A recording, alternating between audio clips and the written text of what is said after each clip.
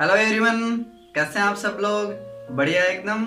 चलिए इस वीडियो में हम बात करेंगे कि किसी वस्तु को हम आवेशित कितनी प्रकार से कर सकते हैं, यानी एक वस्तु को आवेशित करने के लिए कौन कौन सी विधियां हम काम में लेते हैं। तो आज हम इस वीडियो में 3 विधि पढ़ेंगे, जिसमें पहली विधि आती है हमारी घर्षण विधि, दूसरी विधि आती है हमारी प्रेरण विधि और तीसरी विधि आती है हमारी चालन या फिर स्पर्श विधि भी जिसे हम कह सकते हैं।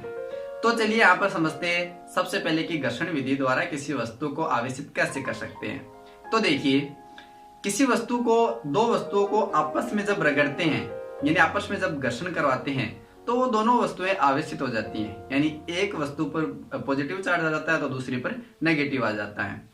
यानी जब किसी वस्तु को आपस में रगड़ते हैं, घर्षण करवाते हैं, तो एक वस्तु से दूसरी वस्तु में इलेक्ट्रॉन स्थानांतरित हो जाते हैं। यानी जिस वस्तु से इलेक्ट्रॉन स्थानांतरित हुआ है या फिर जिस वस्तु से इलेक्ट्रॉन का त्याग हुआ है, वो वस्तु आपकी पॉजिटिव हो जाएगी और जो वस्तु इलेक्ट्रॉन ग्रहण कर रही है वो क्या हो जाएगी? नेगेटिव हो जाएगी। अब ये पॉजिटिव और नेगेटिव कैसे होगी? जैसे देखिए यहाँ पर कि कोई एटम है और उस एटम में बहुत सारी कक्षाएं, बहुत सारे इलेक्ट्रॉन है। तो सबसे बाहर वाली कक्षा में जो इलेक्ट्रॉन होगा वो हम जानते हैं कि उसके नाभिक से बहुत ही दुर्बल बल के द्वारा वो जुड़ा रहेगा। अब जब किसी उस एटम को गर्म करते हैं, हीट देते हैं या फिर किसी अन्य विधि से हम उसको एनर्जी देते हैं, तो वो इलेक्ट्रॉन क्या होता है, उस एटम से बाहर निकल जाता है, यानी फ्री हो जाता है। अब फ्री हो गया इसका मतलब उस एटम से ऋणावेश कम हो गया। अब जैसे ऋणावेश कम हो गया इसका मतलब उस एटम में धनावेश अधिक हो गया, यानी अब वो एटम कैसा हो जाएगा? धनावेशित हो जाएगा। और जो इलेक्ट्रॉन ग्रहण कर रहा है वो कैसा हो जाएगा? ऋणावेशित हो जाएगा। अब एक एग्जांपल द्वारा भी हम समझ सकते हैं। जैसे आपके पास कोई कांच की स्केल है और आपके पास रेशम का टुकड़ा है। जब इन दोनों को आपस में रगड़ते हैं तो कांच की स्केल जो आपकी धनावेशित हो जाती है और रेशम का टुकड़ा जो है, जो कपड़ा है आपका, वो क्या हो जाएगा? ऋणावेश हो जाएगा। इसका मतलब है आपकी कांच की स्केल से इलेक्ट्रॉन का त्याग हुआ है और रेशम का कपड़ा जो है वो इलेक्ट्रॉन को ग्रहण किया है। तो इस विधि द्वारा हम इस प्रकार से उस वस्तु को, किसी भी वस्तु को आवेशित कर सकते हैं। ओके, चलिए अब दूसरे नंबर की हमारी विधि आती है प्रेरण विधि द्वारा।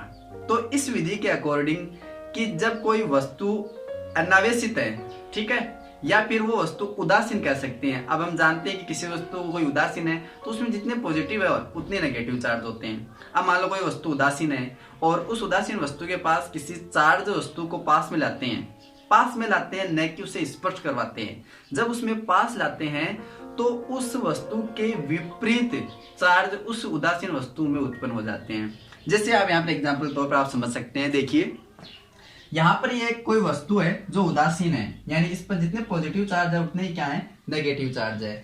अब मान लो इसके पास किसी एक रोड को पास लाया जाता है और वो रोड कैसी है? नेगेटिव है। अब जैसे हम उसको पास में लाते हैं तो क्या होता है? हम जानते हैं कि विपरीत प्रकृति के जो आवेश है वो एक तरह से क्या होते हैं? एक दूसरे से अट्रैक्ट होते हैं। तो ये नेगेटिव चार्ज जो है इन पॉजिटिव चार्ज की ओर अट्रैक्ट हो जाएंगे। ओके, और यहाँ पर ऋणावेशित जो है वो इधर बच जाएगा। अब जैसे इस वस्तु को हम भू संपर्कित करते हैं तो ये नेगेटिव चार्ज भूमि के अंदर चला जाता है। केवल इस पर कौन सा चार्ज बचेगा?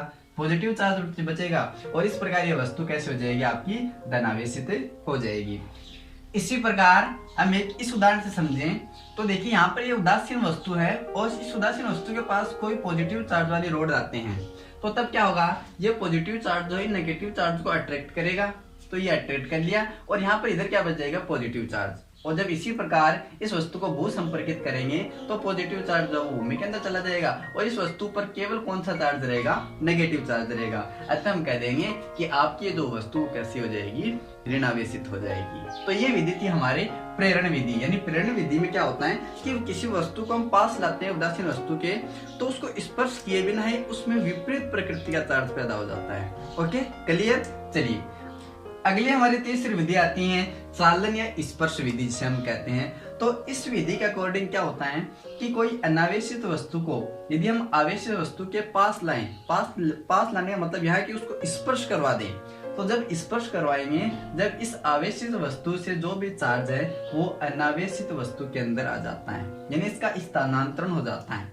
और ये स्थानांतरण तब तक होगा जब तक इन दोनों में बराबर चार्ज न आ जाए। तो इनको स्पर्श करवाते हैं तो इन दोनों पर क्या आ जाता है, बराबर बराबर चार्ज आ जाता है। यानी अब इस दोनों वस्तुओं पर जो है जो चार्ज का मान है वो सेम रहेगा। अर्थात यदि मान लो किसी इस आवेशित वस्तु पर 10 कूलम यहाँ पर चार्ज था, तो जब किसी अनावेशित वस्तु को इसके पास लाएंगे, उस पर संपर्क कराएंगे, स्पर्श कराएंगे, तब दोनों में क्या हो जाएगा, 5-5 कूलम चार्ज आ जाएगा, स्थानांतरित हो जाएगा। ओके, क्लियर इतना? तो आज हमने पढ़ा है कि किसी वस्तु को चार्ज करने के लिए, आवेशित करने के लिए हम कौन कौन सी विधियां काम में लेते हैं। तो आई होप कि आपको वीडियो पसंद आया होगा। पसंद आया तो वीडियो को लाइक और अपने दोस्तों के साथ शेयर जरूर करें।